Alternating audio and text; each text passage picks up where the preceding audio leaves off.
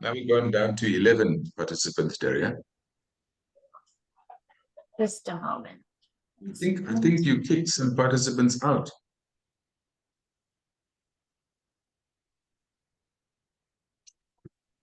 Nope, we're all good, and we are live, Gino.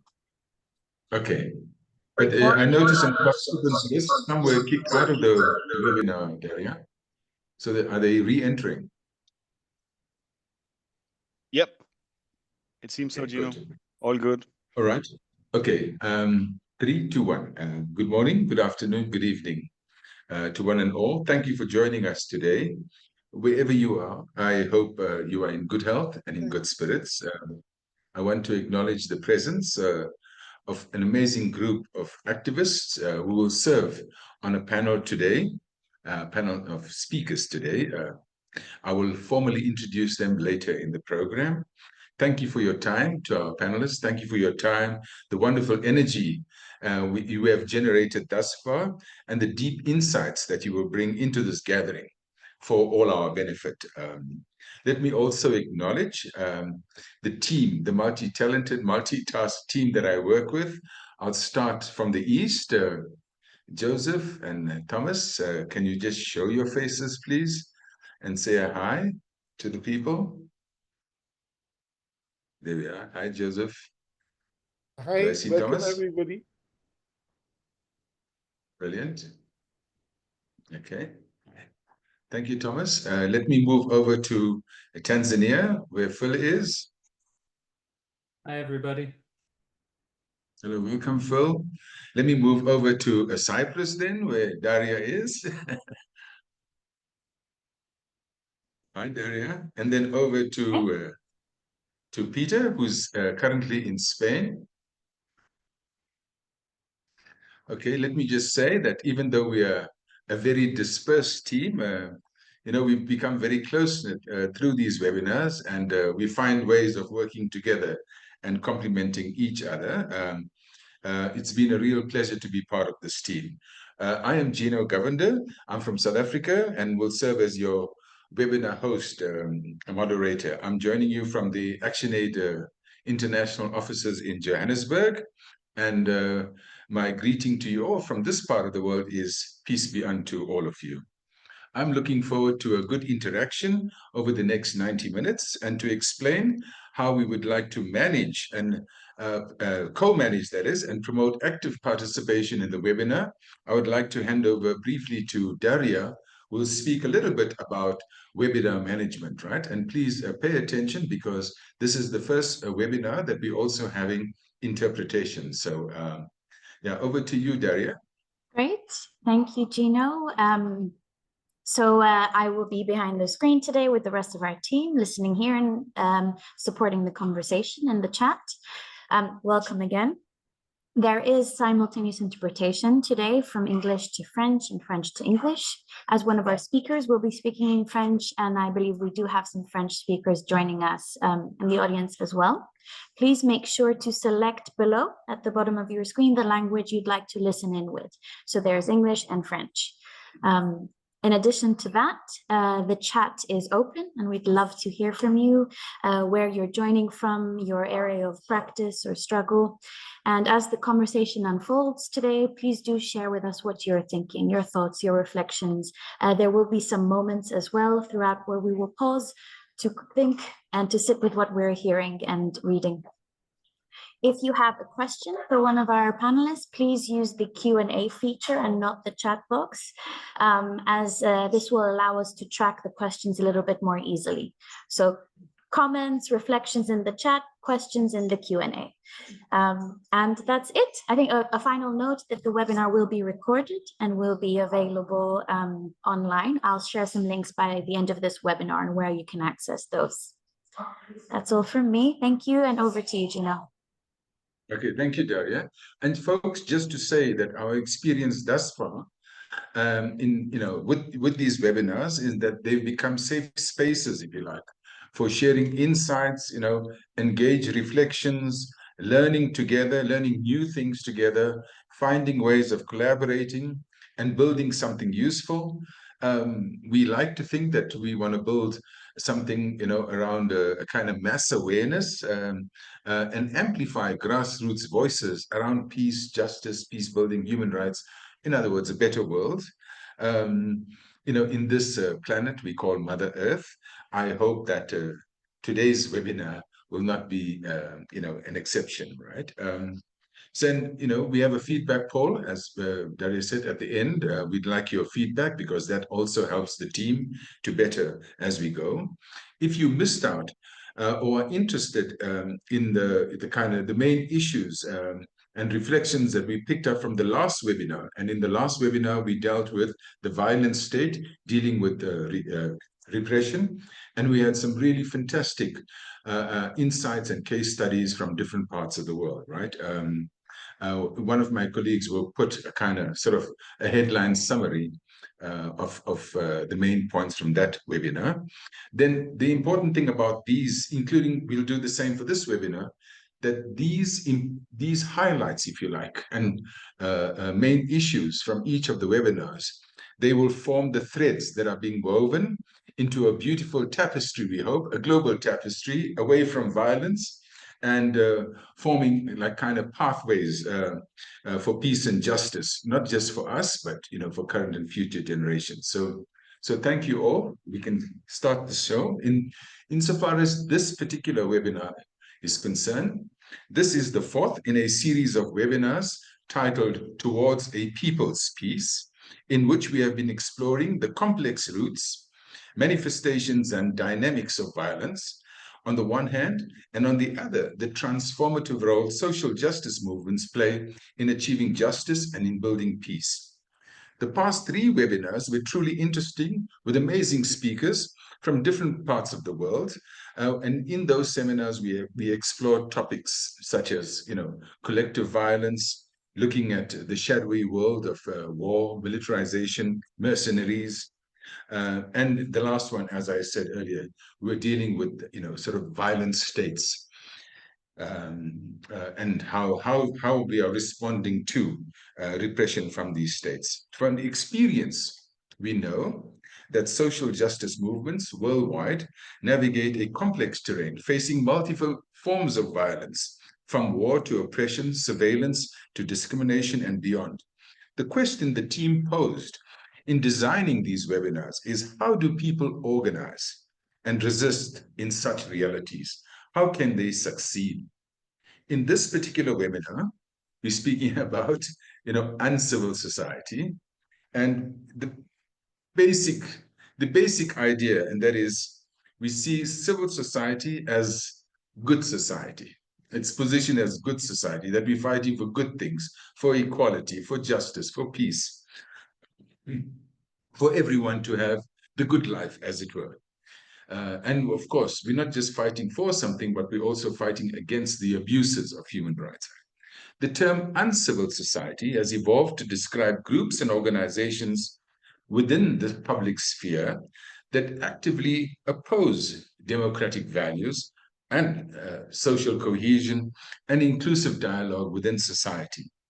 In this webinar, we want to explore the concept of uncivil society, that is, forces within societies and communities that disrupt harmony, peace building, and democracy.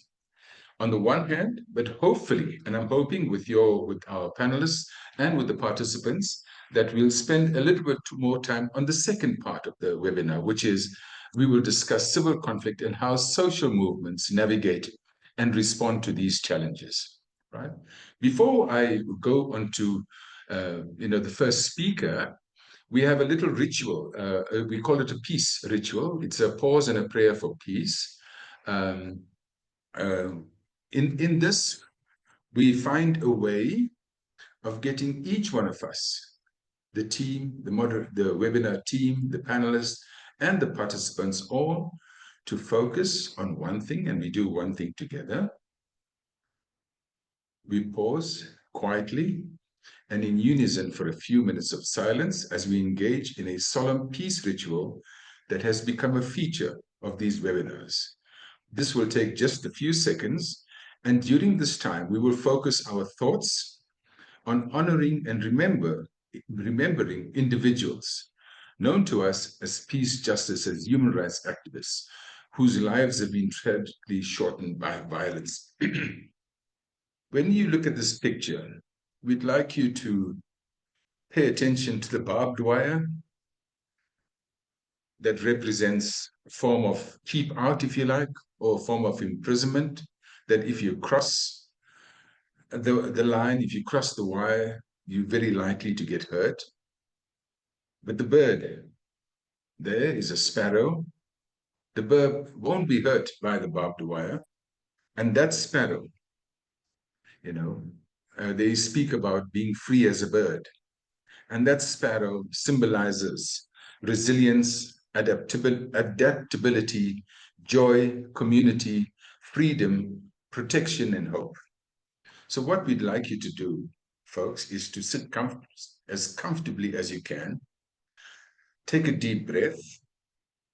Hold your breath for at least 4 seconds and breathe out. When you are focusing on your breathing, we'd like for today, in this webinar, that we focus on the millions of people that have lost their lives in the DRC during colonial times and post-independence. Even in today's world, people are still losing their lives in the DRC. Millions of people have lost their lives, and it has become the forgotten war. So may I ask that we all pause in silence and think about our brothers and sisters in the DRC.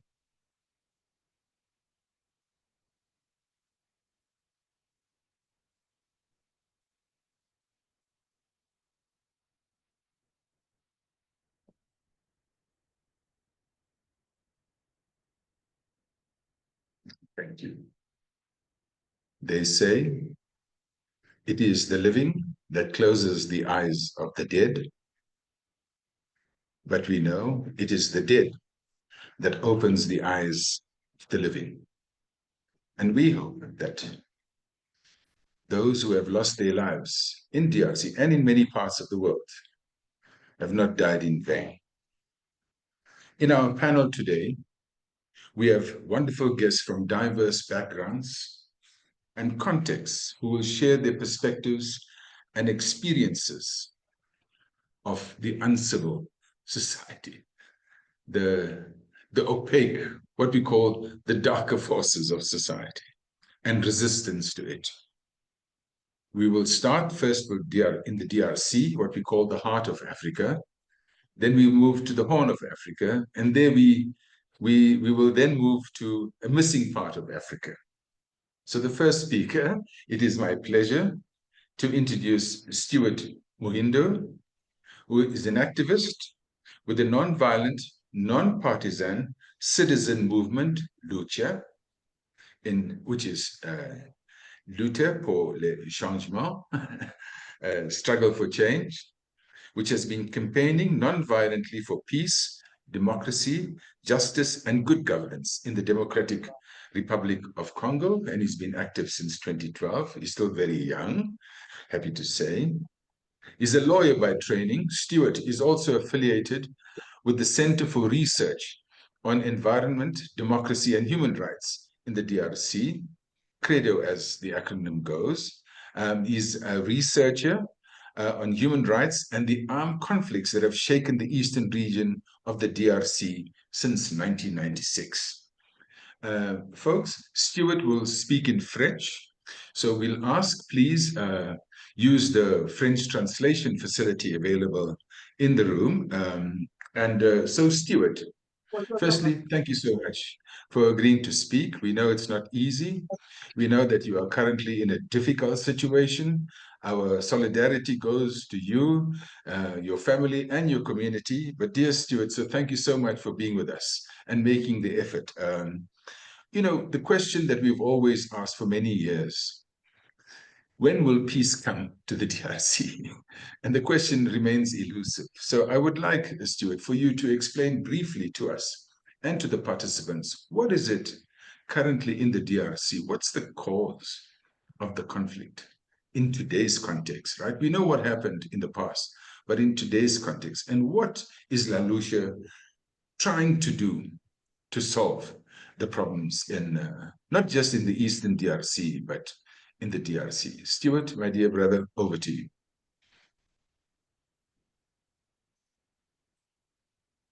Merci beaucoup, Gino, pour la parole et merci à tout le monde d'avoir pris le temps de participer à ce webinaire. Donc, comme Gino l'a dit, je m'appelle Stewart Mouindo, je suis militant de la lucha qui est un mouvement citoyen non violent et non partisan qui essaie de lutter pour la bonne gouvernance, la démocratie, la paix et la justice en République démocratique du Congo. Alors, parler déjà de la cause de violence en République démocratique du Congo, c'est déjà aborder la question des acteurs, des personnes de cette société incivile qui est active sur place et qui compromet les efforts de paix et de démocratie dans notre pays. Alors, les acteurs les plus visibles, je pense qu'au Congo, il y a trois types d'acteurs qui compromettent la paix et la démocratie au pays. Le premier acteur, ce sont les groupes armés locaux et étrangers.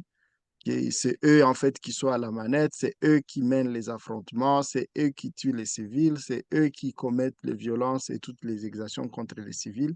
Donc, ce sont les acteurs qui sont les plus perceptibles dans cette sphère de violence qui se déchaîne sur la RDC. Comme je l'ai dit, c'est notamment des acteurs armés locaux, donc qui sont nationaux, en tout cas du Congo, mais aussi d'autres qui viennent de l'étranger. Les deuxièmes types d'acteurs qui sont impliqués dans les violences, c'est certains acteurs communautaires, en tout cas certains membres de communautés, certains civils, qui entretiennent les divisions et les haines ethniques. Parce que la guerre qui se passe au Congo, elle a aussi ce volet de revendications ethniques. Et il y a un certain nombre d'acteurs qui entretiennent ces violences. Et c'est notamment tous les groupes armés voilà, une grande partie des groupes armés qui émergent portent un peu ces discours ethniques, ils se légitiment à travers les divisions et les haines ethniques qui sont portées par certains acteurs communautaires. Donc ça, c'est aussi des personnes qui n'ont forcément pas des armes, mais qui permettent, qui donnent des arguments, qui donnent de la matière aux acteurs armés qui commettent des crimes. Un autre type d'acteur qui compromet la paix et la démocratie, ce sont les acteurs politiques nationaux, les acteurs politiques locaux, parce que eux, nombreux d'entre eux, en fait, tirent la popularité, les renforcements de leur pouvoir et même les richesses de la guerre et des divisions ethniques. Donc, il y a pas mal d'acteurs locaux qui n'ont d'autre discours que de dire nous, telle ethnie, nous sommes menacés ou nous devons nous imposer. Il y a des acteurs politiques qui profitent du fait qu'il y a l'insécurité pour imposer des restrictions des libertés, pour réduire au silence de voix critiques, pour mettre en prison des activistes. Donc, cette situation d'insécurité est aussi exploitée par ces acteurs politiques-là, non seulement pour maintenir ou acquérir une certaine popularité, renforcer leur pouvoir ou même accéder à la richesse, comme on le voit actuellement avec toute l'exploitation minière. Donc, ce sont là les trois acteurs, je pense, au niveau local, qui essayent d'entretenir l'insécurité, qui constituent en fait cette société incivile dont on a parlé en début du webinaire. Mais cette société n'agit pas dans un contexte isolé. Elle est rattachée à des acteurs internationaux parce qu'on voit la guerre au Congo, c'est pas qu'une guerre isolée, c'est pas une guerre congolaise, c'est aussi une guerre qui a des retentissements au niveau international, notamment pour des raisons économiques. Donc, les espaces dans lesquels se déroulent les conflits armés, ce sont des espaces riches en minerais et tous les acteurs armés et beaucoup d'acteurs internationaux estiment que c'est en maintenant cette région dans l'insécurité qu'ils peuvent mettre la main facilement et de manière presque gratuite aux ressources naturelles qui s'y trouvent. Donc, c'est comme ça notamment qu'il y a beaucoup d'États étrangers qui envoient des troupes au Congo ou qui sont présentes au Congo pour profiter de l'exploitation minière, ou même des États qui ne sont pas fortement proches du Congo, mais qui soutiennent l'insécurité pour pouvoir tirer le bénéfice minier de la guerre. Donc, voilà plus ou moins de manière globale à quoi ressemble la situation. Et nous, en tant que société civile, il y a en tout cas une société civile au Congo qui s'organise. Il y a ces acteurs-là, mais il y a aussi une société civile très active et qui agit sur 3 niveaux. Le premier, c'est créer des espaces de revendications pacifiques parce qu'il n'en existe pas. Le Congo, il n'en existe pas beaucoup. C'est comme un espace où, voilà, où si vous avez une moindre revendication, il faut prendre une arme. Donc, pouvoir créer ces espaces-là où les gens peuvent s'exprimer librement ou revendiquer librement ou pacifiquement, c'est déjà une des actions importantes. C'est d'ailleurs pour ça que nous avons créé la lucha en 2012, pour que des jeunes qui aspirent à un changement pour leur pays ne soient pas contraints de le faire par les armes. Et une deuxième action que nous menons de manière permanente, c'est dénoncer un peu et combattre pacifiquement les ingérences étrangères, ainsi que la mauvaise gouvernance interne au niveau du Congo. Parce que nous pensons que le Congo souffre de ça. Il souffre de ces ingérences étrangères nocives, mais aussi de la mauvaise gouvernance à l'interne. Donc, il y a une mobilisation importante qui s'est faite au niveau de la société civile pour s'assurer que ce soit de l'extérieur ou de l'intérieur, voilà, qu'il y ait un engagement sincère pour la paix, la bonne gouvernance et la démocratie.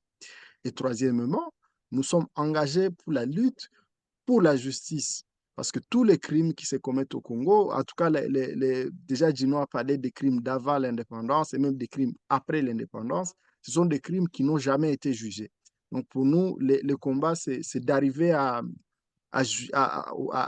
rendre justice aux victimes de ces crimes. Et c'est pour ça que nous plaidons et nous nous mobilisons pour la création des tribunaux pénal spécial sur le Congo, afin que tous les auteurs nationaux et étrangers de crimes graves qui ont eu lieu au Congo soient jugés, parce qu'on pense que c'est cette impunité qui entretient les cycles de violence en République démocratique du Congo. Donc voilà plus ou moins de manière brève ce que j'avais à partager au sujet de la situation au Congo et du travail que font les acteurs de la société civile pour essayer de contenir la situation.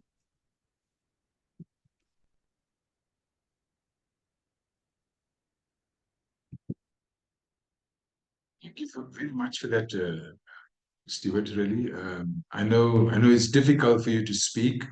I know it's short, but definitely, Stuart, we will come back to you. I'm sure there will be many questions, particularly around what are the kinds of challenges you face and how you plan to overcome that, right? And what is it that could unite civil society in the DRC? So anyway, think about these things and we'll come back to you, right? Let me move on very quickly to Sereti. Sereti is a political organizer, a journalist, and storyteller based in Kenya, Nairobi. She is the founder of and organizer with the Oromo Democratic Revolutionary Party, a Pan-African party interested in organizing towards a multi-class revolution in Ethiopia. Sereti, it's a real pleasure to have you in the room. We would love to hear more about, of course, we just heard about the DRC, and often when we speak about the roots of violence in the DRC, it goes back towards colonial times under Leopold, right? In the case of Ethiopia, I know you fought a brutal war against the Italians, and part of it was the fact that in Ethiopia, your claim is you were never colonized. I mean, it's a wonderful thing, of course, and you gave the world, the beauty of Jah. So what we'd like, Sereti, if you could share with us your insights from a struggle perspective on these so-called dark forces, the uncivil society, how it's manifested, but really what the vision and the role of your movement is. Over to you, Sereti. Then, really, pleasure having you in the room. Thank you so much, Gino, and thank you to all of the organizers that have brought us here today. I'm really pleased and happy to be joining this conversation, and I'm very hopeful that it will assist us all in adjusting our ways of thinking, our ideological perspectives, towards progress, towards collective victory. I also just want to note the grounding exercise or the ritual at the beginning. I found that very moving, so I want to thank you for that, Gino. And the sparrow really did resonate with me.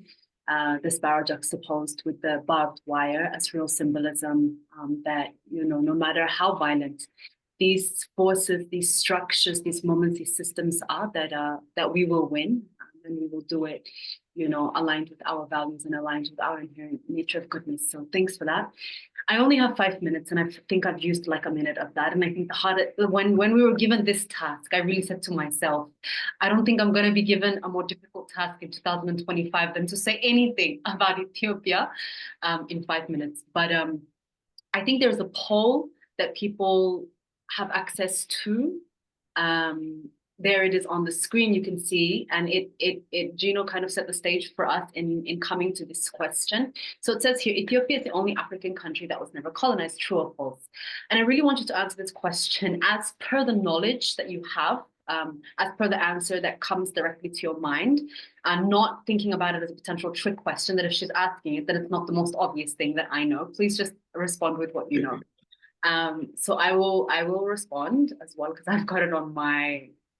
My apology. I didn't know the question. That's okay. No, totally okay. So, it says wholesome panelists can't vote, but okay. So I will. I don't know how I will be able to see the results, but I should be able to share them in just a moment. We have about half the people who have participated, so good time to end it and share the results. Okay, so we've got. That's quite surprising, actually. We've got. It's kind of in the middle. 58% have said true, that it is the only country that has never been colonized, and then 42%, so 5 people have said false. And I would, in another maybe context, we would have more time to talk, maybe in the plenary session, be curious to know more about how the people who came to that conclusion of false came to that, because that is the position that our movement and the overall, what we call in Ethiopia, multinational forces. So these are the forces for democracy, for progress, for building a country based on collective consensus. This is the understanding that we work with, that Ethiopia is not the only country that has never been colonized on the continent, that in fact, and this is my personal spin on it, that in fact it is the last country on the African continent to go through, and it has not yet gone through a genuine and a holistic decolonization process, nor has it experienced, that kind of flashbang moment of achieving its, decolonial nature. And I will talk very briefly about the historical context that is the foundation of this argument. But to talk first about the contention, the main argument here, and to outline what really are the dark forces that are counter progress, counter people, counter life in Ethiopia. And more than talking about perhaps a particular party, a group, a movement, an ideology, because there are so many moving parts in this country of 100 million plus people. What I have defined it here as is that, this darkness really manifests across all of the different entities that exist in the country, whether parties, again, whether ethnic groups and their particular movements, as this hunger for absolute, exclusive, and ultimate power, and the state's inability over the existence of the multinational Ethiopia, or the existence of the Ethiopian state, let me say. The multinational state is a far more recent conception in Ethiopia. But since Ethiopia came into existence in the 1890s, since then until now, it has not been able to move beyond its origins. The structure of the state, the character, the kind of, let me say, the personality of the state has not been able to move beyond the origins of itself as an empire which rules with these characteristics of power, of being an absolute monarch with exclusive power over its subjects. And Ethiopia has made many, many attempts over many historical epochs to evolve beyond the origins of itself as an imperial state. But the inability to do so has meant that every force most forces, there are what we call, again, the multinational forces who, claim themselves to be and are, for the most part, seeking a decentralization of this state to take into consideration the plural nature of the people that make up the country and their plural experiences with the history of Ethiopia. But for the most part, we see that the dark forces or the reactionary forces in the country are those that are trying to recreate the same structural nature of the state as being absolute in power and exclusive also in power, and usually for the benefit of, or to include in those margins of absolute power, to include those of their own ethnic group. And then if we go further than that, those who really benefit from that structure of power is not just an ethnicity, but a class, an economic class within that ethnic group. And so what is the origins of this? What is the origins of the Ethiopian state that has made it so difficult for it to evolve beyond this imperial nature and its imperial core? Why has it struggled so much to develop into a democracy, even though it has a wonderful constitution as per 1991, where Ethiopia came into definition as a multinational state? I will frame that very quickly because I know my time is just about up. And this is also the answer to why we say Ethiopia is the last standing colony on the African continent. In the 1890s period, when the rest of the country was going through the scramble for Africa, so after the Berlin Conference, there was a concerted effort by what is known as historic Ethiopia, which is currently the northern parts of Ethiopia, to enjoin. So there was no nation state of Ethiopia at this point, but there was historic Ethiopia, which includes the, again, northern parts of Ethiopia, and at that time also Eritrea, before Eritrea became its own independent country. There was an effort to enjoin in the process of building the territories of the modern nation states of Africa, hand in hand with the colonizing powers. And so Menelik II, who was the one who consolidated the modern day Ethiopian states in 1890s, did this in collaboration with British forces. And one could argue that the three wars fought against Italian invaders and their desire to occupy Ethiopia, though the people of the state of Ethiopia fought valiantly in these wars, and they also had an interest in not being occupied by another colonial power.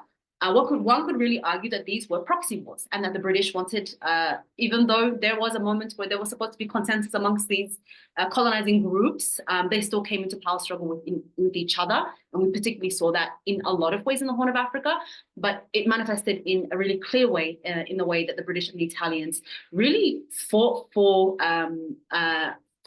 the privilege to be the allied power with the Ethiopian empire. Of that time. And so Ethiopia was bringing together a number of people, one of those, the Oromo, a group that I am of, who make up the largest population, indigenous population in the country. And these groups with different languages, different histories, different ways of being, different ways of knowing, different religions were brought together through a colonial process, not an internal colonization process because we're all Black or African, but looking at colonization as really an exertion of power over a people to extract their resources, to extract their labor, and to bring them into an assimilative process of building, an identity or a unit of people. And this is what the people of Ethiopia went through for the Ethiopian state to come into fruition. And this is what we have been struggling against for the last 150 years. And this is what the dark forces of the country, currently manifest even as the ruling party who hijacked the revolution, a revolution that over 5 years, young people across the country, started out in the Oromia region and extended across the country, were able to topple a 27-year dictatorship using nonviolent means. This revolution was hijacked by majoritarianism in that, and a party took power, a person took power, and is now consolidating that power really for himself, again, in line with the values of absolute and exclusive power, which is, again, the foundational natures of the Ethiopian state. And it has struggled to move beyond that. And we keep seeing forces come back to recreate that in terms of its structure, in terms of how the state works.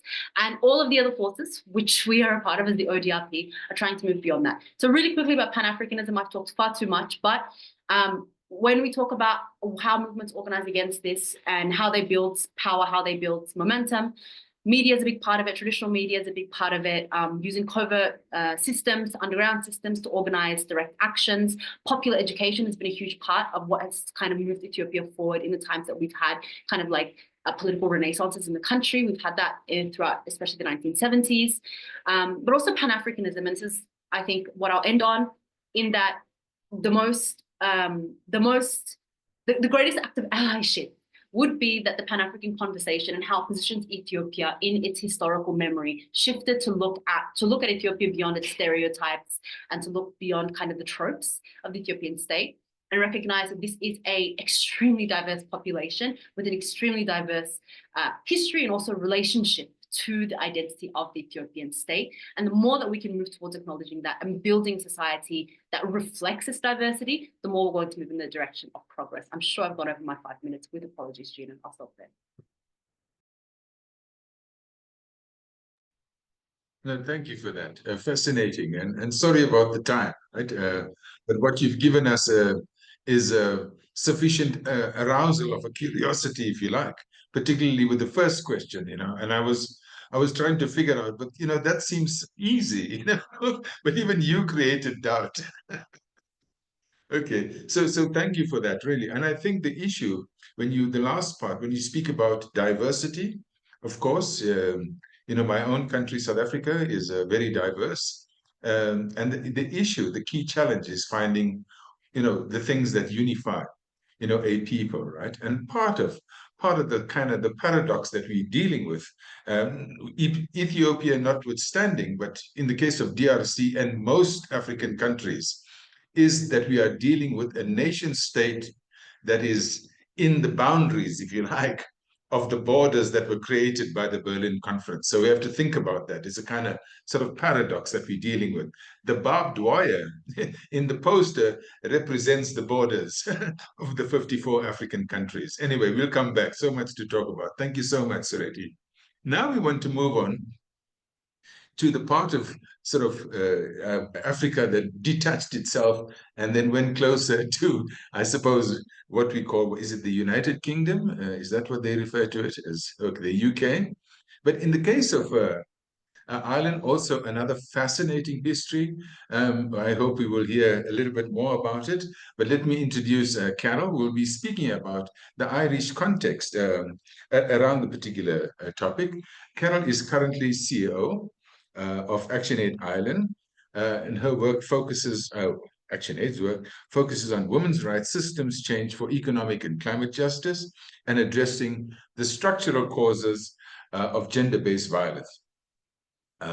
She has worked in the human rights field for over 20 years, and particularly in working on democracy and peace building.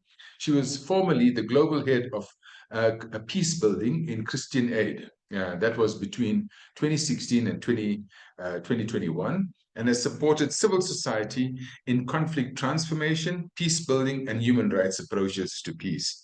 So, Carol, Ireland, and if you don't know the spelling, you think it's just an island, which it is, and we still have Northern Ireland, and the Republic of Ireland. Could you give us a sense from your perspective, around this particular topic of the uncivil society versus the civil society?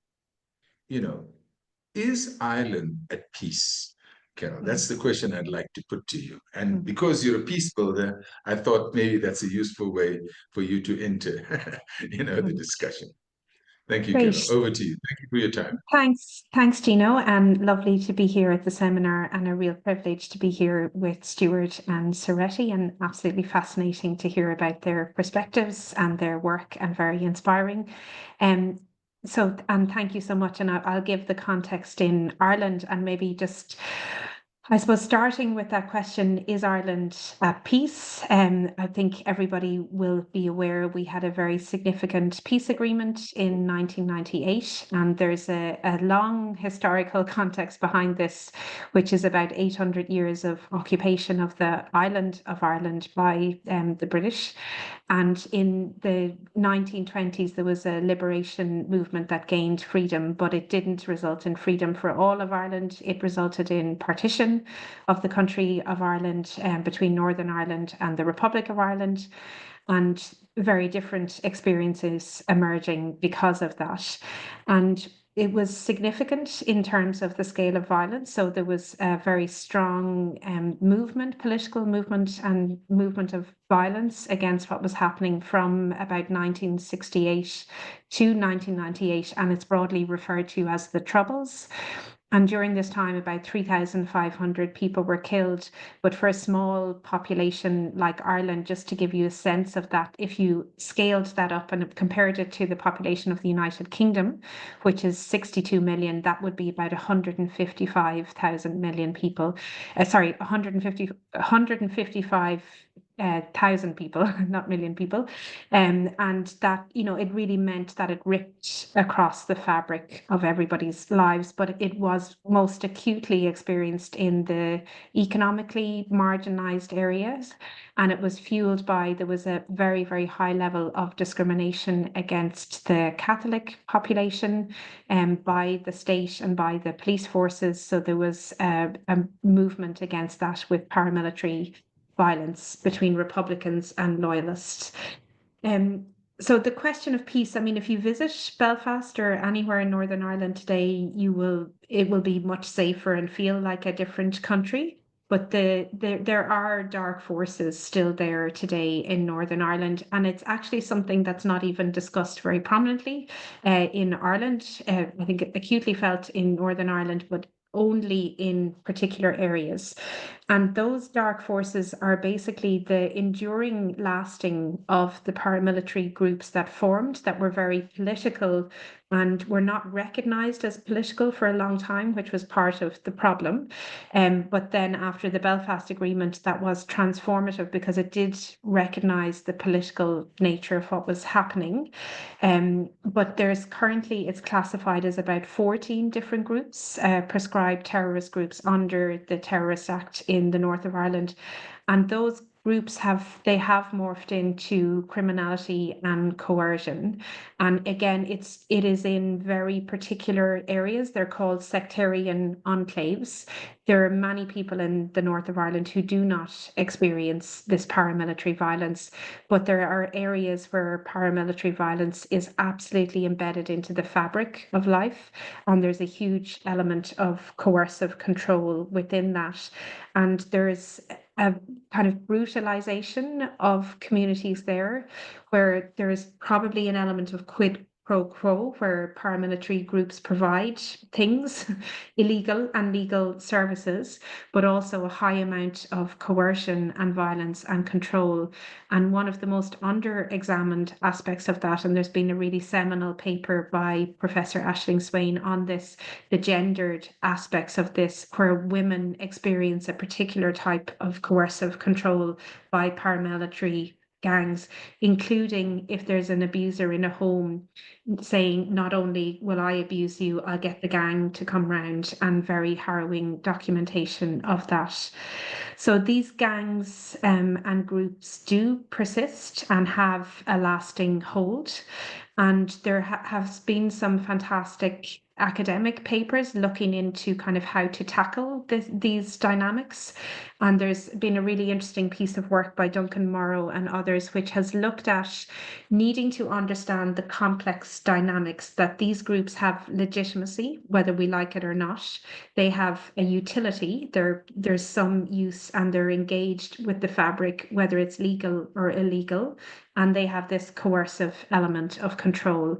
And those elements go up and down at different moments of time. They're not static. So to understand them and to engage, they are part of what we need to engage with. And you can't help but feel that it was the missed opportunity of the transformative potential of the Belfast Agreement in 1998 that wasn't fully delivered, is part of the reason why these groups still hold. There was supposed to be a Bill of Rights. There was supposed to be proper measures for accountability for the past. There was supposed to be a focus on anti-poverty. Those things didn't happen. It was much more of a liberal piece that focused on trade and getting kind of business going as one of the hallmarks for trade, rather than this transformative potential. And I think one of the reflections I have, and building on my experience globally of working with actors who are trying to go against the tide of STREM violence and in highly violent contexts. And it's something that Roger McGinty, a very prominent peace academic, has written about, this everyday peace and how social movements can disrupt highly violent contexts. And that might be temporary, it might be lasting, or it might be a survival mechanism. And I'm thinking of in Colombia, in a highly violent area in Buenaventura, where communities established a humanitarian zone where they literally disrupted the patterns of violence by creating a street where thousands of families crowded into to live in safely. And we can also think of the civil rights movements as being disruptive, or particular leaders who have gone against this tide of violence to disrupt it. But I leave it there as the kind of the overarching framing. And I mean, I think the other thing just to note that there has been an absolutely crucial role by the women's movement in Ireland in shaping peace and delivering peace, in faith-based movements in delivering peace, and in engaging with some of these paramilitary actors through community transitional processes.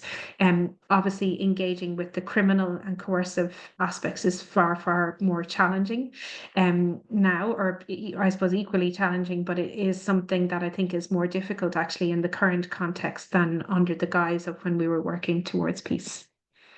Thank you. Oh, thank you so much for that, Carol.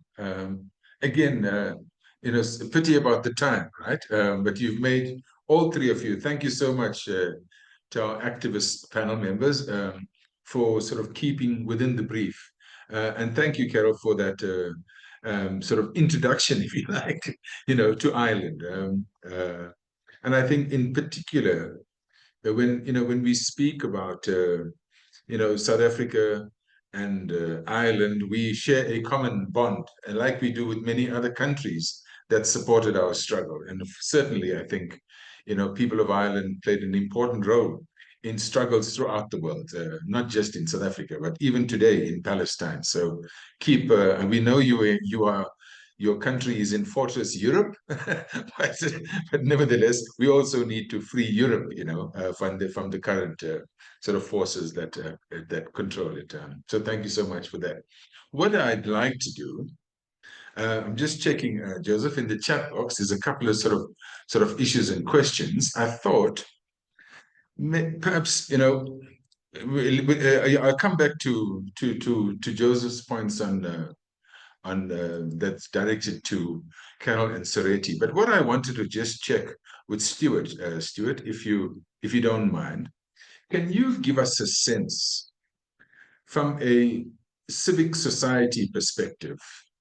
What are your hopes of peace, justice, good governance, as you put it, and democracy in the DRC? Do you see something like this around the corner? Because we're not hearing, Stuart, all we're hearing is about M23, they seem to be, and Rwanda, so they seem to be dominating. That's forces on the one hand. On the other hand, what are the people of the DRC and the diaspora, by the way? The Congolese diaspora are a very powerful force, very influential throughout the world. How do you as the people see peace coming to the DRC, Stuart?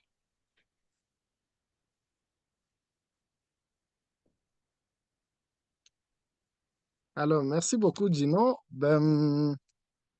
Alors, quels sont les espoirs? C'est exactement parce que je crois que j'ai espoir que le Congo finira par retrouver la paix et la démocratie. Parce qu'il y a une communauté congolaise, il y a beaucoup de Congolais qui luttent pour cette paix, pour cette démocratie.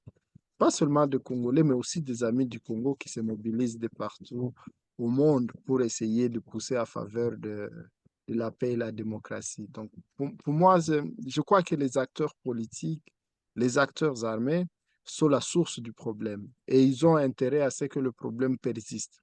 Par contre, les populations, elles sont les victimes de ces conflits, elles savent ce qu'elles veulent et elles se mobilisent pour ça.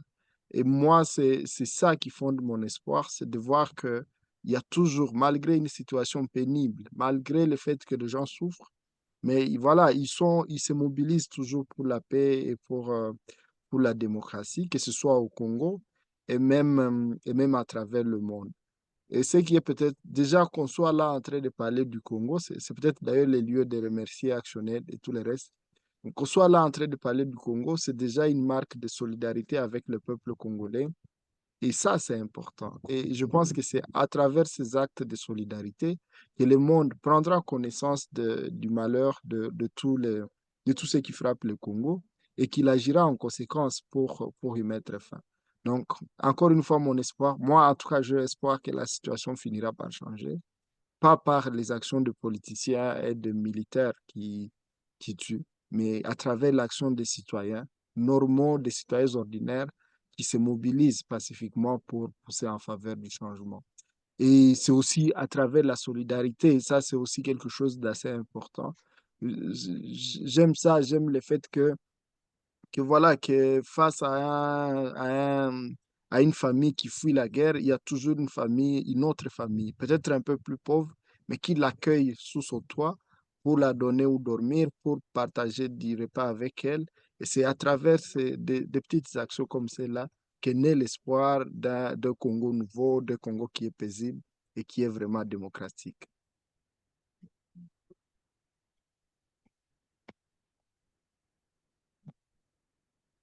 Thank you for that, Stuart. And I hope, Stuart, that part of what we can do in support is to amplify those voices.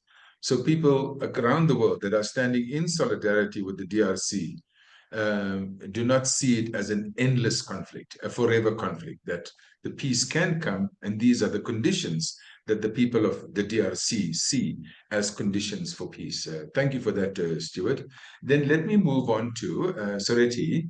There's a comment from Joseph in the chat box. I don't know if you've seen it.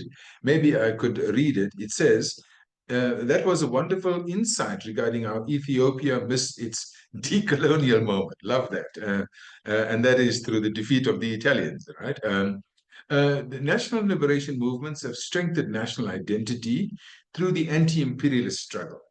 One could argue that in post-colonial countries, because post-national liberation, the slowing down of social and economic reform, we're seeing the re-emergence of social divisions on ethnic and religious lines. And yeah, I suppose, that's not specifically pertinent to Ethiopia only. So basically what Joseph is asking, Sereti, is how would you respond to this proposition?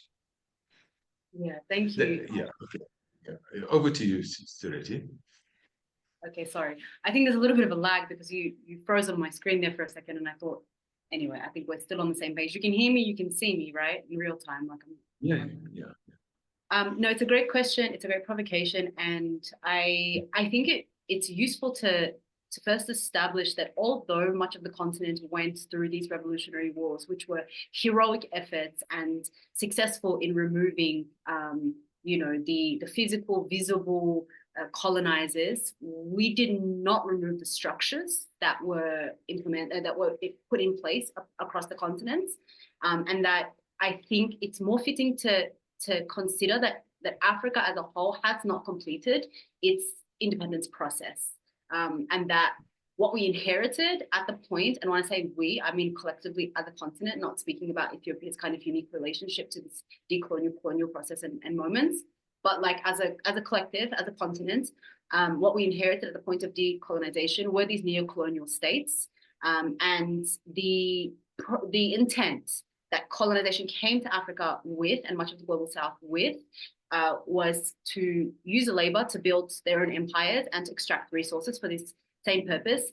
That process has more or less continued, and the nation states that we were given or that we claimed, I don't know how you want to phrase it, have more or less been facilitators for this process, and have in return been able to establish.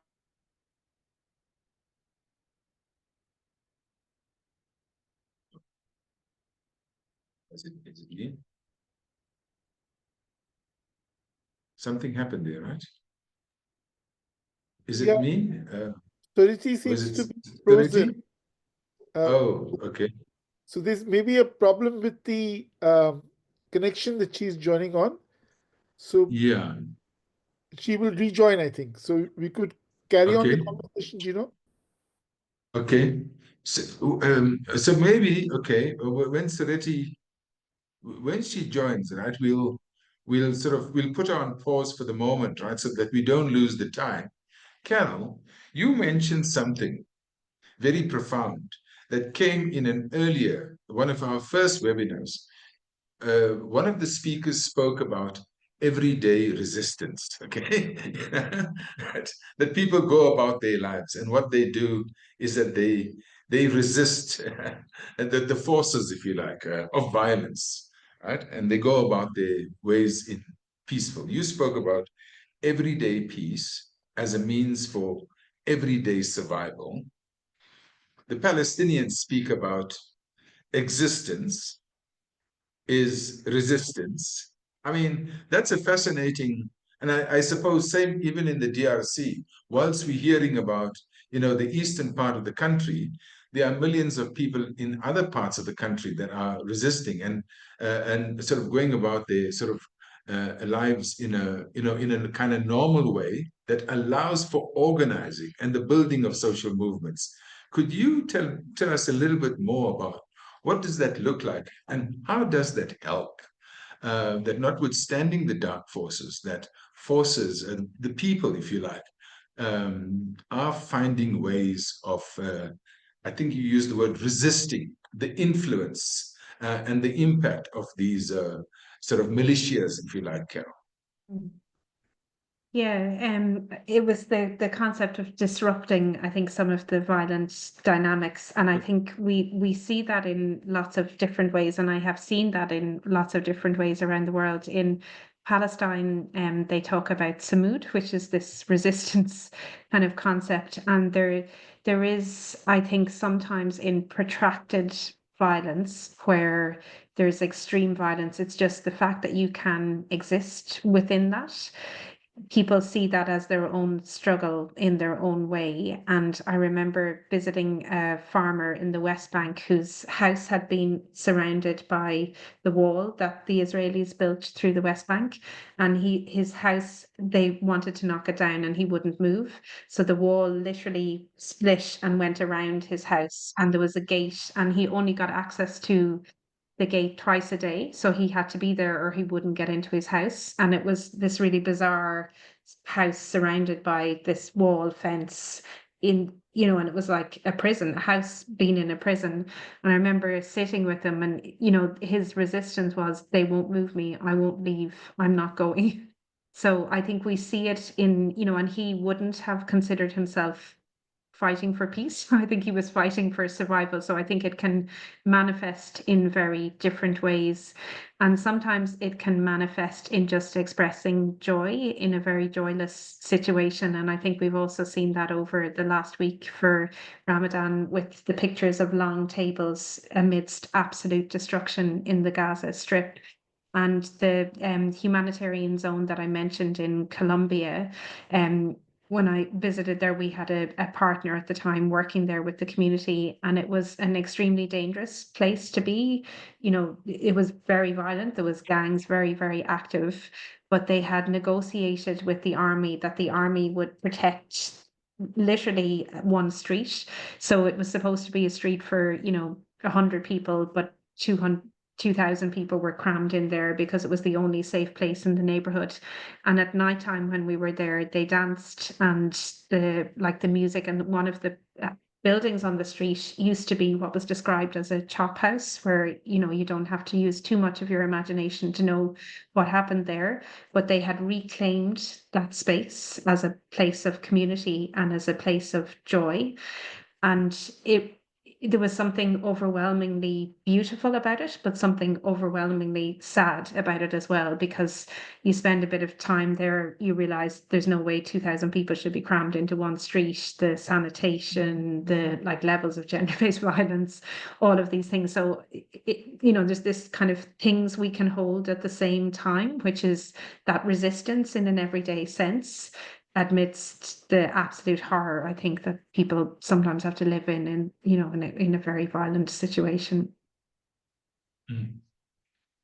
Thank you for that, Carol. And in general terms, even in our own country during our own liberation struggle, people and people's organizations, what we call social movements, managed to create what we call liberated zones, where the forces of darkness, the people were so strong and they were able to resist, the collaborators and the forces of darkness and so on.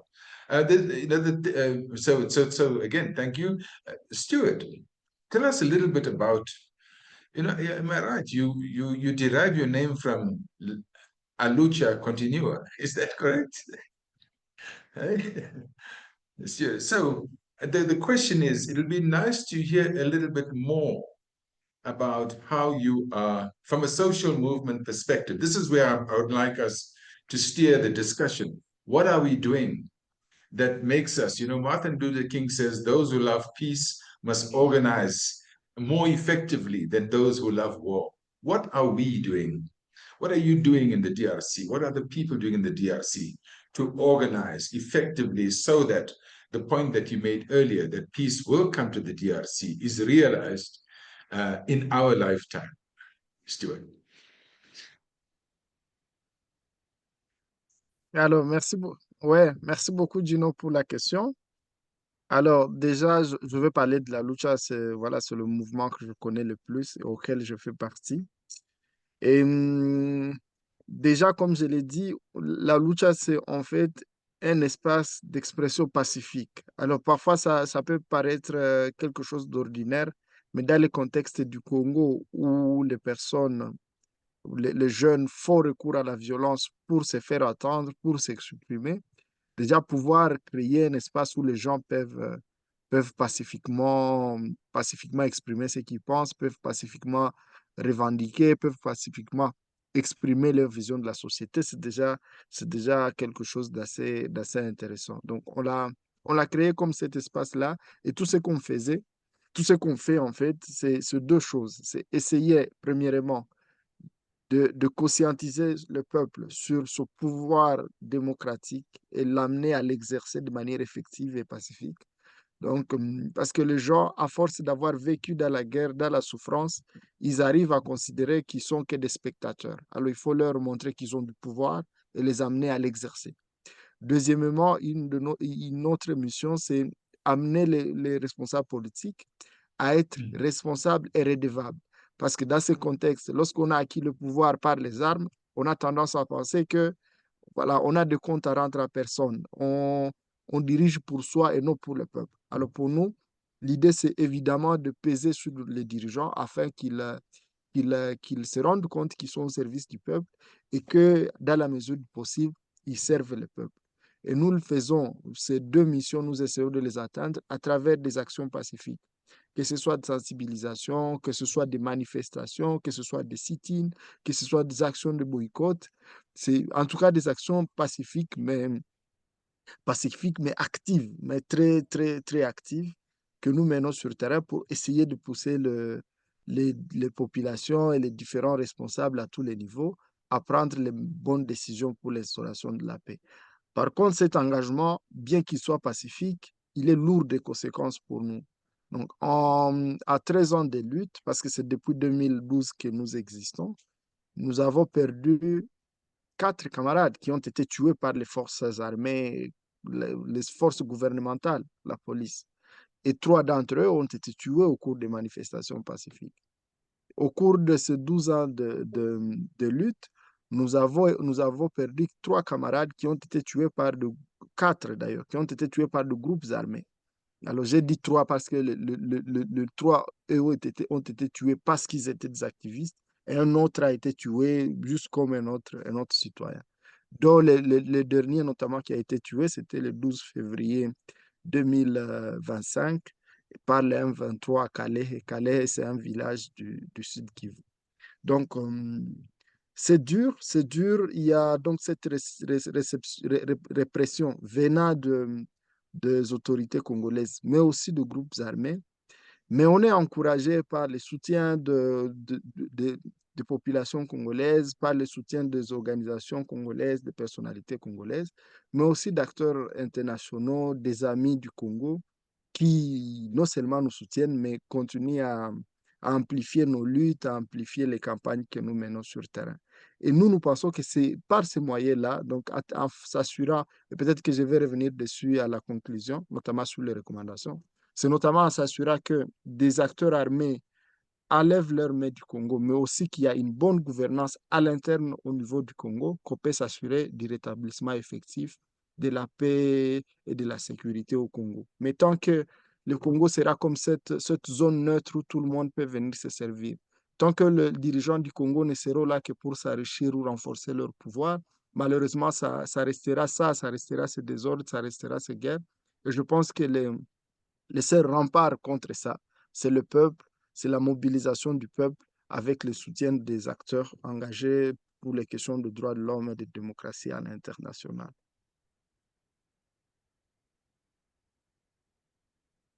Thank you. Thank you. No, fully understand, fully appreciate, Stuart, what you are saying. And of course, that DRC is vast.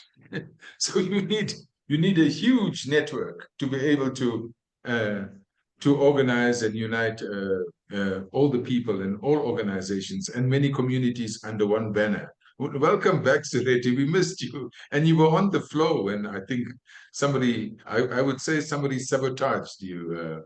But I'll come back to you, Sereti, because we haven't forgotten you. I just want to follow up a quick question. Stuart, there's a question in the chat box that was asked about. So the struggle is happening on many different fronts. Recently, as you know, there were peace talks between SADC and the EAC. Now, the question, I think that was in Tanzania, or was it in Addis? I'm not sure recently, but there's a question there, and that why did the president of the DRC refuse to meet M23? Do you have an answer for that? I don't know if he did refuse, but I'm just relaying the question. It's in English, Stuart. I'm putting it back to you. I think the question is from Maximilian. Can you offer Maximilian an answer, C'est quoi Stuart? la question? I know you are not the spokesman C'est for quoi the la question, president, s'il but vous plaît? What's the question? there was a question here. Why did the president, Tshisekedi, refuse to talk with Okay. M23? So everyone, that is Africa community, Okay. SADC, etc., says the same thing about the dialogue. That's the question. And that question comes from Maximilian Kibogi. It's in the chat box. Ok. Bon. Ouais, exactement, j'ai vu la question. Et déjà, merci à Maxime pour la question. Déjà, pour commencer, je tiens à dire que je ne suis pas le porte-parole du président Tshisekedi. C'est le président de mon pays, mais il y a beaucoup de décisions qu'il prend avec lesquelles je ne suis pas d'accord et qui compromettent la paix et la démocratie dans mon pays. Donc, moi, 3 de mes camarades ont été tués par la police du président Tshisekedi. Il n'a pas sanctionné les policiers qui ont commis les actes et pour certains d'entre eux, il les a même promus. Donc, il prend beaucoup de décisions qui ne sont pas au bénéfice du peuple. Et quand je prends la parole, je ne la prends pas pour les défendre ou en tant que son porte-parole. Donc, ça, c'est une première précision. Deuxièmement, je pense que bien qu'il prenne des décisions qui ne sont pas bonnes, mais je suis d'accord avec lui sur ces plans. Parce que, en fait, négocier avec la première chose, c'est que tous les conflits qu'on a eus au Congo depuis pratiquement 30 ans, ce sont des conflits qui ont fini par les négociations. Mais que donnent ces négociations? Premièrement, c'est l'amnistie totale pour tous les crimes qui ont été commis par les rebelles. Donc, ça veut dire que négocier avec les M23, ça revient à dire, au final, on arrivera sur quelque chose pour dire tous les crimes ne seront pas jugés, tout le monde est pardonné. Et ce sont les civils qui ont perdu les leurs, qui ont perdu leurs biens, qui vont rester sa justice. Deuxièmement, c'est que tous les dialogues qu'on a eus finissent toujours par l'intégration de tous les rebelles dans l'armée nationale. Ça veut dire que toutes ces personnes qui ont pris les armes contre la République vont être intégrées dans l'armée nationale avec leur grade, sans qu'ils aient de l'attachement pour le Congo, sans qu'ils ne considèrent vraiment, qu'ils ne soient engagés pour défendre le Congo. C'est à cause de ça aujourd'hui que vous voyez, on a une armée qui ne sait même pas faire face à un groupe armé, Évidemment parce que ce n'est pas une armée, c'est juste un assemblage de groupes armés qui ont été intégrés à l'issue des différentes opérations d'intégration, des différents dialogues. Troisièmement, c'est que cela pose quand même un problème démocratique. Nous avons eu des élections au Congo à décembre 2023. Il n'y a même pas il y a une année à peine. Ça veut dire que des gens peuvent refuser de participer aux élections, prendre les armes et qu'au final, on leur dise, OK, comme vous avez pris les armes, vous avez tué suffisamment de personnes, venez, que voulez-vous, on va vous accorder des postes, on va écouter tout ce que vous avez à faire. Parce que si ça continue comme ça, comment allons-nous mettre fin au cycle de violence? Par contre, le simple fait de refuser de parler au M23 n'est pas une solution. Parce que ne va pas finir la crise. La guerre continue et nous souffrons. Parce que moi, déjà, je suis déplacé et ça va continuer. Donc, bref, j'essaie de dire juste je comprends la décision de Tshisekedi, mais je ne suis pas son porte-parole encore une fois. Tshisekedi, c'est quelqu'un qui prend des décisions qui ne sont pas sérieuses. Mais je pense que pour cette fois, encore une fois, peut-être qu'il va falloir négocier avec les M23 dans le cadre des processus régionaux mis en place, mais s'assurer au moins que, un, les crimes qui ont été commis seront punis. Parce que si ces crimes ne sont pas punis, c'est cette impunité qui pose les bases de nouvelles insurrections armées. Deuxièmement, s'assurer que, deux, les rebelles ne seront pas incorporés intégralement dans l'armée, en groupe dans l'armée, que toute personne souhaitant intégrer l'armée nationale doit manifester l'intention de manière individuelle et non prendre les rebelles et les déverser automatiquement dans l'armée, parce que c'est ça qui contribue à rendre notre armée incapable de protéger le Congo et les Congolais. Troisièmement, je voudrais que si ces négociations ont lieu, si ce dialogue a lieu, voilà, que de manière vraiment irréversible, la M23 s'engage à ne plus recourir aux armes parce que cela compromet énormément la démocratie congolaise. Ce n'est pas normal que quand des organisations comme la nôtre se battent dignement, pacifiquement pour la paix, on n'est pas attendu, mais que des gens prennent les armes, ils tuent, ils violent, ils volent, mais qu'eux, on les attend, qu'on les invite à un dialogue et que toute la communauté internationale se mobilise pour dire qu'on doit dialoguer avec eux. Parce que c'est d'abord une question d'humanité, mais c'est aussi une question démocratique. Et je pense que sur ce plan, c'est ce qu'il dit, il est plus ou moins cohérent, bien que sur d'autres questions, c'est lui qui nous a mis dans cette situation.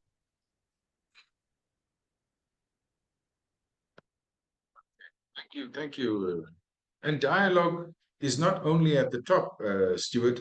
Dialogue is also at the bottom, and there's dialogue taking everywhere, in all parts of the country. That's how I understood. And that is part of the work of La Lucia. Thank you very much for that, Stuart. Sureti, you were trying to, in the complexity of the nation state, as you were saying, trying to explain the idea of fragmentation, defragmentation, and literally how the state sort of the center holds, I think you were, and then we got disrupted. You want to pick up on that conversation again, please, if you don't mind? So at least, we have the full picture there, and then I want to move on to Carol. Sure, yeah. Sorry about the cut. We thought it was us, that your power in Nairobi is very strong, stronger than all our power. So anyway, glad you're back. Let me not go into the why, but I'm glad to be back as well. And I actually will I'll summarize what I was saying and I'll make it quite short. I'll connect it to the line of thinking that Stuart was just sharing with us, and that like people will not take up arms if there was peace, if there was democracy. And I think the crux of the intervention that Joseph had offered us is that that even after these post-colonial moments or after these liberation struggles have achieved, what they said their gains were, you still see people fragmenting into identifying more with their, ethnic groups or religious groups, and perhaps fighting along these lines for some sense of autonomy or some sense of sovereignty.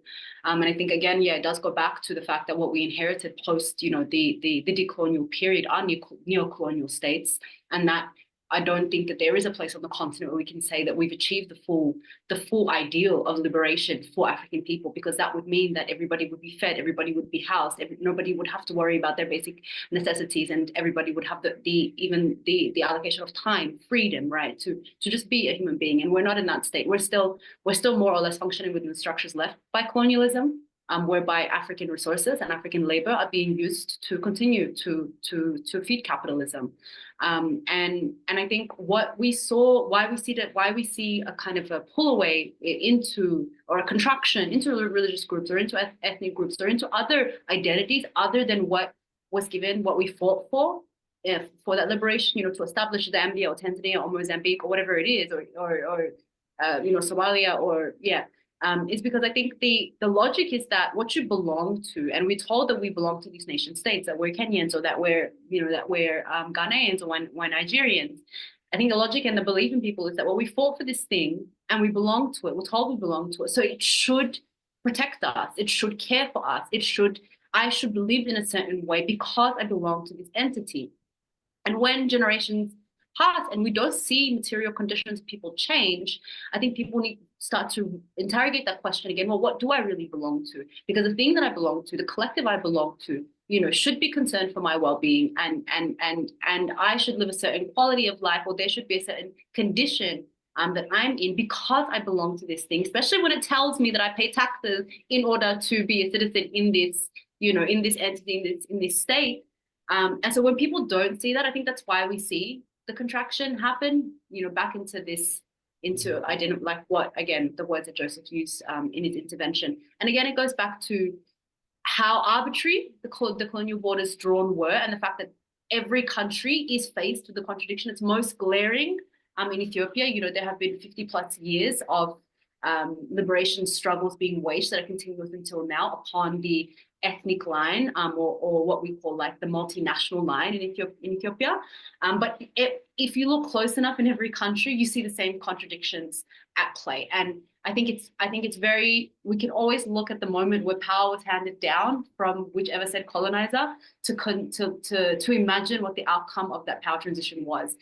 Just to end on, there's a documentary I recommend everybody watch it called The Battle for Laikipia that talks about the colonial dynamics in a region of Kenya called Laikipia. And there's a small clip they show when they ask a British colonialist at the point of power transition how he felt about the new arrangement of Kenya becoming independent. He was so excited. He was so happy. So I think that tells us something, and that already the arbitrariness of the way these states are drawn, they set up the grounds for people to, if they don't find their basic conditions met in this new arrangement of the state, whereby they're now a Kenyan, Tanzanian, that it's the ground, again, the foreground is already set up to retract back into other identities that are still very much part of our ways of being, knowing, and doing. I mean, these didn't really change just because people drew lines in the sand. But I think efforts have been made by the African people to join in these new identities. When it doesn't work, and we're still struggling with poverty, we're still struggling with violence, and all the akin social ills, I think the retraction makes sense, and it's a way for people to figure out what's wrong and to fix it. Absolutely fantastic. I mean, this is fascinating because, in a sense, where we're coming from, we're clear that even in the context of, sort of colonialism and the defining the borders, post-colonialism. I once, Stuart, asked Congolese activists in South Africa, aren't we sort of part of our pain is the fact that we are living with the borders of colonials? Why don't we dismantle it? I got a very violent reaction. And the answer was, don't go there. So in a sense, we're living with those kind of borders, which are a problem, but people are not seeing it as part of this, dismantling it as part of the solutions, right? It's a kind of paradox we have to hold. Same in our own country. I mean, think about, sort of Southern Africa, as it were, and everyone living in peace and harmony, yet we are confined by the barbed wire of our borders, right? It's a kind of contradiction that we have to, and of course, that's how, xenophobia and all of those kinds of things, it is the darker forces play on those kinds of sort of fears of people, right? One of the comments is made about the question of national identity, the idea of a revolutionary force holding many different peoples together around a common banner, and how that could be, it's something for us to think about, because Of course, unity and struggle are kind of two sides of the same coin. It's a struggle for unity, if you like. And once you have that unity, then you are able to be more effective in the struggle. I want to go to Ireland, Carol, having just gone through, some of the sort of key challenges in Ethiopia and in the DRC. How do you see the ultimate unification of the Irish people? Is that on the agenda? Is there a possibility? Is the work that you're doing currently could lead us in that direction, and that we could in once and for all dismantle the borders that exist between the North and the South?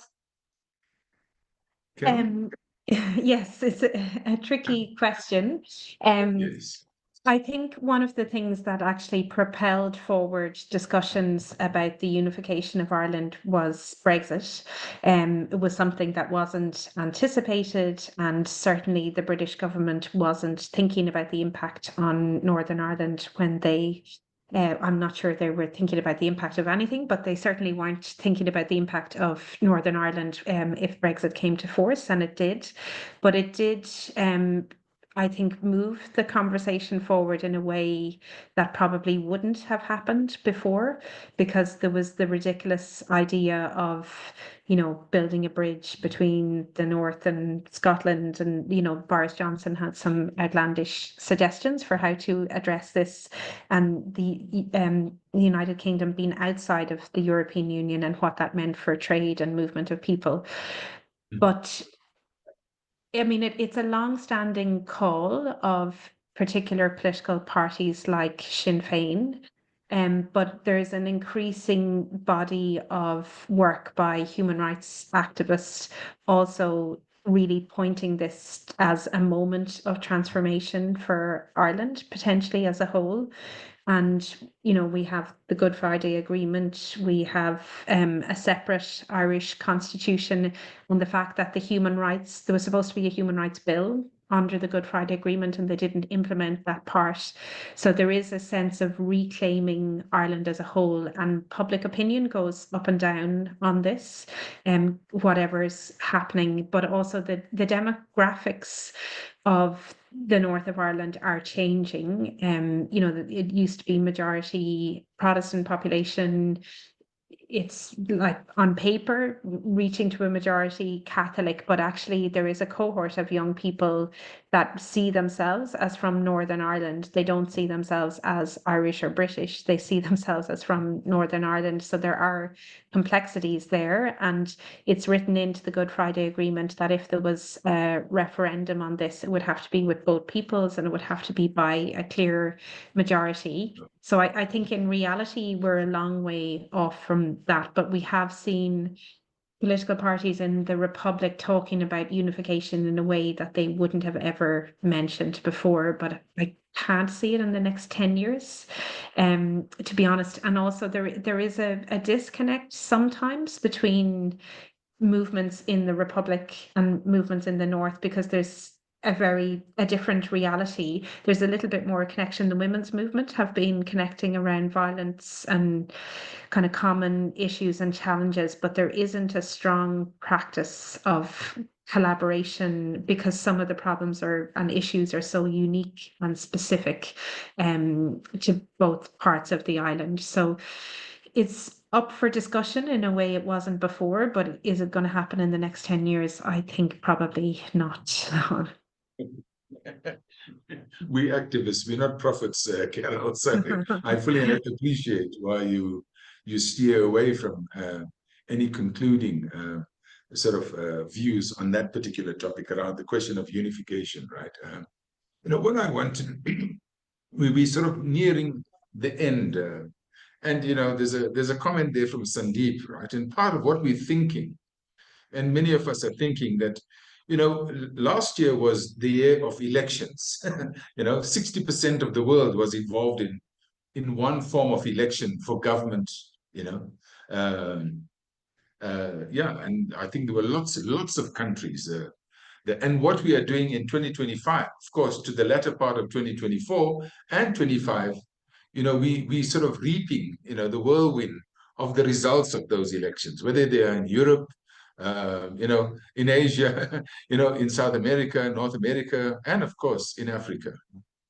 Yeah, including my own country. We have something called, the liberation movement lost its majority, so they had to form, a government of national unity. This was sort of the will, if you like, of the people. So the idea of people governing, and the main institution by which people govern is parliament, and then parliament elects. So I suppose you have presidential elections and so on, you have courts and the cabinet and stuff like that. That there is a resurgence of what we call the right or the far right or the conservative forces in many parts of the world. Or the ascendancy of the right, the Trumpian kind of sort of politics. And they've captured the state, by the way, through money. But there's also a view that, sort of every action has an equal or opposite reaction. And there's a resurgence, depending on who you're reading and where you're looking. But there's a resurgence of the progressive forces, that we're not taking this lying down, that actually, we are part of people that desire a world of justice, of peace, a world in which, it's climate resilient, and that it's, there's dignity for all, that each and every human being is respected on the planet. Do you, Carol, from Ireland, and then I'd like to pose the same question to Sereti, and then we can end off with Stuart. Do you sense this resurgence, this kind of reaction, if you like, to the right wing of the world by the resurgence of the progressive forces in your countries, in your regions? Carol? It's a tricky question to answer, because in some ways in the Republic of Ireland we've been a little inoculated, and I've heard Naomi Klein describe how the later, and I appreciating what Sereti said about decolonization not fully happening, but sometimes the later the experience that you're post-colonial, the slower it can be for some of those right-wing forces to take hold and in Ireland, we have far-right actors, but they've really only emerged in the last 10 years, I would say.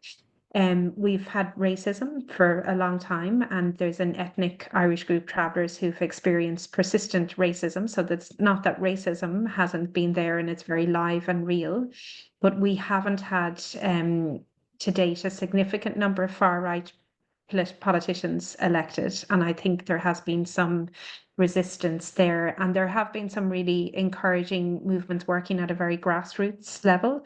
We have a group called the Hope and Courage Collective that work with communities to be able to identify racism, the kind of development of far right, to kind of, be able to act quickly at a community level and mobilize against it. And that has been very effective, and I think very under the radar. But we haven't had we have you could say a centre-right government, but compared to some of the current European governments, it's really, I think, a centre government, considering, in Germany, we have 20%, a group that actually has former current neo-Nazis in it elected. So we don't have that scale in Ireland, but we shouldn't assume that it isn't going to happen. And I know from talking to colleagues in Sweden, it felt overnight for a lot of people, the transition to a far-right government and the cutting of things that many people held dear in a Swedish context. So I think it is something that we have to be live to. And I think there is the needing to be very honest about the fact that it is rooted in racism. And calling that out and being active in calling that out. And I see a question from Phil, were they connected with other right-wing groups beyond Ireland? Absolutely, they're very networked and they get a lot of support from American far-right groups. Our most prominent far-right activist is one of the 1,000 people that Elon Musk follows on X. He's very selective. He only picks his very right-wing activists, and a prominent young right-wing activist and him are very connected. So they are connected globally, which is why we should be wary and should be careful because we might feel comfortable now, but it could happen very quickly, I think. Correct. So that is why, you know, Martin Luther King's call is so important for us, because they are connected, they are organized, they are well-resourced, and they are working hard. They've tasted power. And, you know, they are hungry for more. So our job is to out-organize them. Thank you, Carol. I would like to move over. Sereti, I mean, your sense, you know, I want to say that, you know, there's an African wisdom which says, no matter how long and hard the night, daylight is sure to follow us. You know, I don't know. Our job as activists is to, you know, I speak about activist optimism, not intellectual pessimism. So what is your most urgent task as a revolutionary movement of Ethiopia? Yeah. First of From all, the I'll say that, Pan-African perspective, don't forget your Pan-African dimension. How are you going to convince us to support you? well, actually, Ethiopia has kind of bamboozled the rest of the continent in terms of, you know, the way that it is projected its image. You know, on the one hand, playing the role of the ally in tactically beneficial or advantageous situations, to build its image again as this Pan-African vanguard. At the same time, you know, what's happening within the country should always be, or how this leadership and how these structures relate to the people that they govern and the people that are under their jurisdiction, I think should always be the highlighting point, or should be the thing that we reference to look at what the real nature and character of this leadership is. So I think even reassessing history from the perspective of was Ethiopia what it said it was, gives us a completely different landscape in terms of what we're working with then and also now. So I mean, this is reason enough for Pan-African forces to reassess their analysis of Ethiopia as a non-colonized state, and that's what it is now, and because the solutions that we're going to come up with if we say that Ethiopia never went through a process of colonization is very different to the solutions we're going to come up with and the interventions we're going to suggest if we say Ethiopia went through a process of colonization that looked like X, Y, and Z. So from the Pan-African perspective, I think it's completely vital, because you have a population of tens of millions of people who are struggling against this mythology. And also this mythology of Ethiopia being this non-colonized entity goes really far back. You know, it goes, it's even connected to some of the myths that underpin the relationship of coloniality, occupation in Palestine, Israel, between Palestine and Israel. But I'm going too far here. But this is to say that it isn't in our interest to reassess the way we think about Ethiopia. But in terms of your question, sorry, I went from the end of your question, but to the beginning of it. Ethiopia, first of all, is, you know, made up of 11 different regions, and these regions demographically are very diverse, very different from each other. Their relationships to the central state are all diverse and have their own nuances. The historical relationship to Ethiopia forming itself as a state are also very nuanced. So it's hard to speak of Ethiopia kind of as one monolith and give an assessment in terms of what progress would look like in each of these regions. But what I can say is that at the moment, what we have is there's one main dynamic that kind of reflects this kind of the historical nature of the building of the state, of the Ethiopian state, and that I think gives us a good indication about how necessary it is to talk about multinational class revolution. In that, you know, you have a far right extremist violent group in one region towards the north of Ethiopia, the Amhara region, who have over the last couple of years adopted a rhetoric in how they describe themselves, how they talk about their struggle. And it looks very much like multinational struggle for self-determination, struggle for, you know, cultural autonomy, struggle for political autonomy, all the things that, you know, I say that as a party or as a movement that we're a part of and other progressive forces in the country be a part of. But then on the other end of that, you have the state occupied by a ruling party that says that it's come off the back of a revolution that has answered the question of self-determination for the largest group in the country, but off of that, it's using its power to further economically marginalize, further deploy state violence against people in that same region, the Oromia region or other regions. So amongst all of these reactionary forces, what we keep seeing is the battleground is identity. The battleground is, you know, for the right-wing extremist groups in the Amhara region, the Fano group who say they're fighting for They're fighting for the sovereignty of Amhara people. The victims of the war that they're fighting are not just Oromos or other people groups, they're also Amharas. Actually, there is a large outpouring now of refugees coming out of the Amhara region who have no ideological alliance with or ideological connection or relationship to this movement. But you see that this movement has grown off of the back of trying to answer this question of who are we to each other as different nations and nationalities, and how should power be shared by all of us in this context? So we were arbitrarily brought together into this. And so our call to action, not just in the country, but also for African people looking at Ethiopia at this moment. And forgive me if this sounds a bit convoluted. Ethiopia is convoluted and it's so hard to talk directly about what's going on. But our call to action is that regardless, what we've seen so far is regardless of who's occupying power, in every single region, we are still seeing economically marginalized people. We are still seeing a poor and working class people who are suffering under policies of the state, and then the way that the state is relating to the rest of the multinational and multilateral world. And so that there needs to be a unifying movement between all of these ethnic groups in line with class struggle. And there needs to be a seizure of power across all of these regional states, and that power needs to come into the hands of the working class and the poor.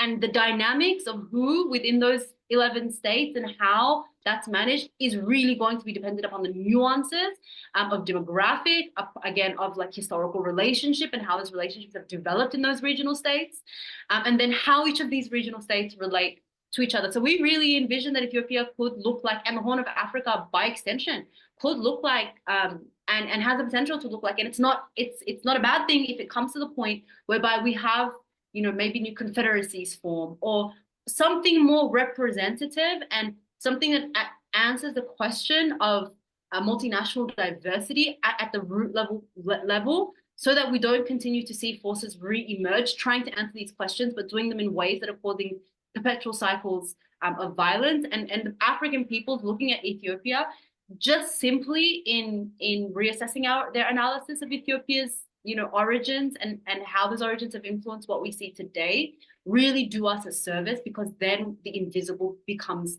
visible, and that's really half the battle for us now, right now. Brilliant.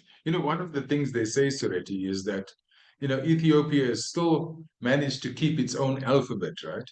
And the idea of continuous civilizations, and there are many parts of continuous civilizations in South America, in North America, in Europe, in Northern Europe, and in Africa, in Asia, and so on. The idea of continuous civilizations, sometimes when I step back and I try to look at Earth from space, the idea, they call it the blue planet, the beautiful planet, and I see us fighting for these little small corners, these little pieces of this earth, and we fight so hard, the same species, and in the process, we sort of destroy, other living species and so on. Just, I think about the futility of war in that context of, because even if you break up a country, you're still on planet Earth. It doesn't put you on Mars.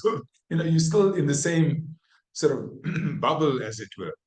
So part of what I think we have to think about is how do we go beyond parochial battles and think about, the sort of the bigger picture as one common humanity. And maybe that is a even more difficult discussion to have at grassroots level, because everyone is so protective of their own turf, Anyway, so thank you so much for that, Sureti.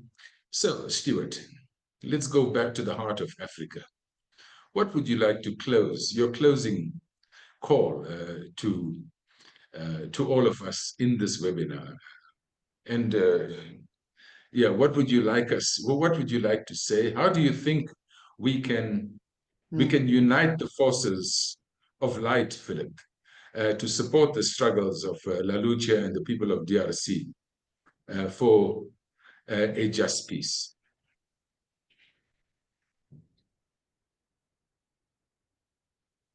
Alors, merci Gino pour la question. Déjà, vous faites déjà beaucoup pour le Congo en organisant ce space, en parlant du Congo par tous les canaux qui vous parviennent. Donc, déjà, c'est vous remercier pour ça et je pense que c'est possible de faire plus. Et moi, je pense qu'il y a trois axes sur lesquels il est possible d'agir pour aider le Congo à se relever.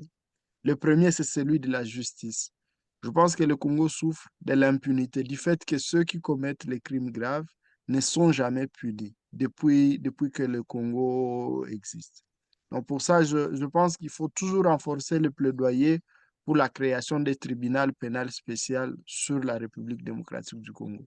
Je pense que ça peut être un espace qui permette à tous ceux qui ont commis des crimes, ou en tout cas ceux qui sont accusés d'avoir commis des crimes, de pouvoir rendre compte. Parce qu'il existe des rapports qui, qui montrent clairement qu'il y a des crimes de guerre, des crimes contre l'humanité et des crimes de génocide qui se commettent au Congo. Mais il faut s'assurer qu'il y ait justice et je pense que tous les acteurs, y compris vous, vous pouvez intensifier ce plaidoyer-là.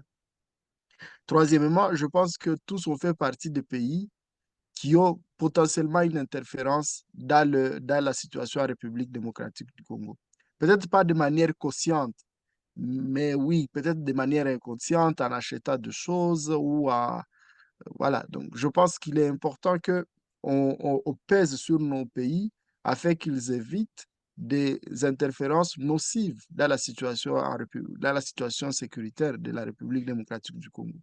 Si c'est un pays qui finance ou qui achète des minéraux auprès de membres de groupes armés, c'est à nous, en tant que société civile, qui devons crier autour de nos pays pour dire ce que vous faites contribue à amener la guerre ailleurs. Ce qu'on a vu, par exemple, avec l'Union européenne, alors que les Nations unies établissent clairement que le Rwanda soutient les M23 et que le Rwanda pille les ressources au Congo, l'Union européenne signe un accord avec le Rwanda pour acheter ces minéraux-là qui ont été pillés. Et c'est aussi grâce à la mobilisation des organisations européennes notamment que l'Union européenne est sur le point de mettre fin à cet accord. Et je pense que ça, c'est important au niveau de nos pays, de toujours voir quelle est l'implication de notre pays dans ce qui se passe au Congo. Et troisièmement, je pense que c'est aussi soutenir les initiatives pour, pour mettre en place une gouvernance sérieuse à l'interne au niveau de la République démocratique du Congo. Et là, c'est notamment en soutenant les organisations militantes qui se battent, qui essaient d'attacher aux principes démocratiques et qui essaient de donner le poids aux citoyens. C'est aussi en encourageant nos pays à prendre position contre la mauvaise gouvernance qui se passe. Il y a le président Tshisekedi, par exemple, qui reçoit le Congo, il reçoit des financements de la Suisse, mais lui, quand il va à Suisse, il dort dans un hôtel riche plus que même les personnes qui lui donnent l'argent. Donc, ça veut dire on a des autorités qui sont dans la gabegie, qui sont dans la corruption, qui ne respectent pas les voix de population, qui trichent aux élections. Et je pense qu'il faut faire en sorte que les communautés locales aient le moyen de pouvoir s'exprimer et surtout de pouvoir constituer un contre-pouvoir à cette gouvernance prédatrice qui s'est installée au Congo et qui est portée par l'élite congolaise, l'élite politique congolaise. Donc voilà plus ou moins les trois axes sur lesquels je pense que toute personne est à mesure de travailler, peu importe qu'il soit de quel pays ou qu'il soit de quel bord politique. Thank you so much, Stuart. What I'd like us to do now, based on what we have heard from Carol, from Sereti, and from Stuart, just spend 10 seconds, literally 10 seconds in silence, just absorbing everything and all the key messages we heard, just to digest it. And then I will move into the closing session of this. So, and Daria, you can be ready with your online poll. So can we just hold on to 10 seconds of silence, please? Because I also want to digest everything that I've heard from you.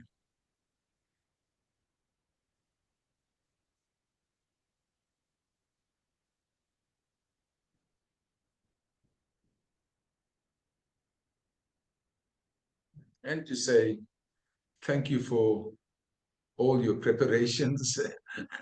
Thank you so much for all the energy you brought. I could definitely feel from this side, from the southern tip of Africa. I could feel all your energy coming into the room, really. And I think the fact that you are engaged in a legitimate struggle for justice, for human rights, for what is right, and for peace, I think is commendable. You know, they say evil flourishes when good people are silent, and I'm very happy that you are not silent in your struggles. So I really want to thank you for bringing your insights into this webinar room. There's the online poll, please. While I'm closing, it'll be great, and we'll still give you a few seconds to finish it before we end the webinar. So, my dear activist panel, thank you, Sereti, thank you, Carol, thank you, Stuart. Please, wherever you go with all your heart. Like you brought your entire heart into this room, it's really appreciated. To the participants, thank you very much for being part of this webinar, for being part of the series, for your comments and questions in the chat box. We really appreciate your presence. And of course, there are reports and a lot of resources that have been posted. Please do take the time to have a look at these things. There will be a recording of the webinar, and of course, a report will be produced in due course. I would just like to say that that in the next webinar, we're going to be looking at, you know, sort of, again, we are focusing on towards a people's peace, right? And this is really, we sort of moving away from the sort of, you know, the sort of the causes and the forces of violence, and we are moving towards the sort of, you know, the conditions, if you like, and the forces for peace. And in the next webinar, that is webinar number 5, the topic is going to be the peaceful play of people's power, violence, non-violence, and social change. And we have some really good speakers lined up for you, and we hope that you will be able to join us at this webinar. And what's left is for me to say thank you all. Peace be unto you and to your loved ones, and hopefully see you soon. We'll wait a minute. Daria, I'll leave it up to you. You can decide when you want to close the online poll, and we can leave the webinar. Thank you so much. Okay, and then may I great, ask thank you. the team, if the panel wants to stay behind for a few minutes, for 5 minutes of reflection, and if together with the team members, that'll be great. Sereti, Stuart, and Carol, if you have 5 minutes, please. We've run out of time, but if you have just a quick kind of sort of evaluation and a closure, that'll be great. And if all participants have done the online poll, they are welcome to leave the room. Thank you. Bye.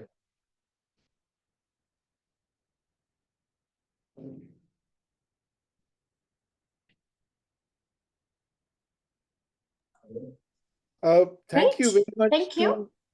to Preeti, and thank you very much to Ishita.